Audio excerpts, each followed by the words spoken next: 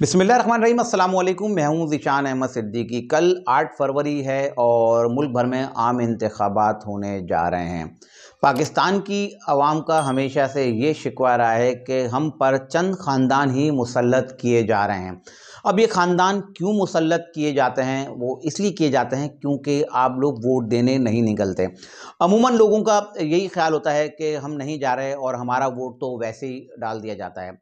लेकिन अब ऐसा नहीं होगा और मेरी पाकिस्तान की आवाम से अपील है कि अब आप लोग निकलें और अपना वोट का सही इस्तेमाल करें।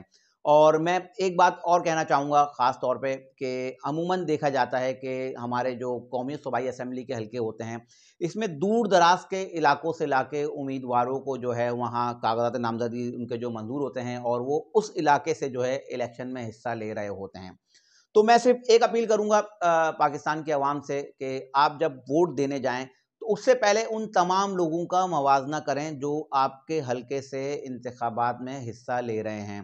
ख़ास तौर पे आप उस उम्मीदवार को चुनें जो आपके अपने इलाके का मुकीम हो, क्योंकि अमूमन जब आप वोट देते हैं और आपके वोट से कोई भी शख्स कामयाब हो जाता है और वो असेंबली में पहुंच जाता है तो उस तक आपकी रसाई बहुत ज़्यादा मुश्किल हो जाती है।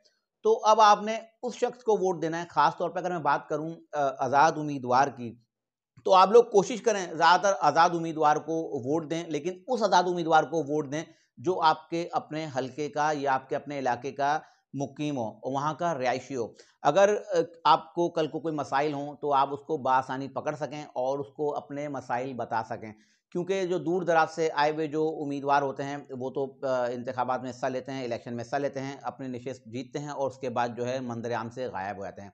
तो एक आपने इस चीज़ का ख्याल रखना है और दूसरा आपने वोट इसलिए देना है कि अब आपने जो है पाकिस्तान की किस्मत का फैसला करना है। और हमेशा से इंतहाई माज़रत के साथ जो वोट का और वोटिंग का तनासुब जो देखा जाता है, टर्नआउट देखा जाता है, वो इंतहाई कम होता है। अब अगर पाकिस्तान की आवाम चाहती है कि मुल्क में कोई तब्दीली आए और आपके वोट से तब्दीली आए, तो खुदारा आप लोग अपने बच्चों के मुस्तकबिल के लिए निकलें और जो आपके हलके का सही उम्मीदवार है उसको वोट दें। क्योंकि अब आपने अपना हक मांगना नहीं है, आपने रिक्वेस्ट नहीं करनी है, आपने किसी से अपीलें नहीं करनी है। अब आपने अपना हक छीन कर लेना है और आपने उसको बताना है, जो भी आपके इलाके का जो मुंतखब उम्मीदवार होगा उसको आपने बताना है कि हमने आपको वोट दिया है और हम आपको वोट से हमने अपने वोट से आपको कामयाब करके असेंबली में भेजा है। लिहाजा अब आप जो हमारे तालीम, सेहत या दीगर जो मसाइल हैं वो आप जो है हल करें।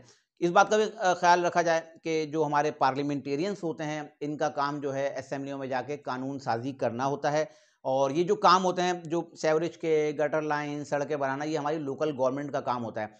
लेकिन जो मुंतखब नुमाइंदे होते हैं कौमी और सूबाई असेंबली के, ये असेंबली में जाके आवाज़ भी उठा सकते हैं, ये इस पर बात भी कर सकते हैं और ये आपके इलाके में जो है तरक्याती काम भी कर सकते हैं। तो अब आपने फ़ैसला करना है कि पाकिस्तान की किस्मत क्या होगी और पाकिस्तान में आप किस हुक्मरान को और किस शख्स को जो है आप पाकिस्तान का अगला वज़ीर-ए-आज़म देखना चाहते हैं।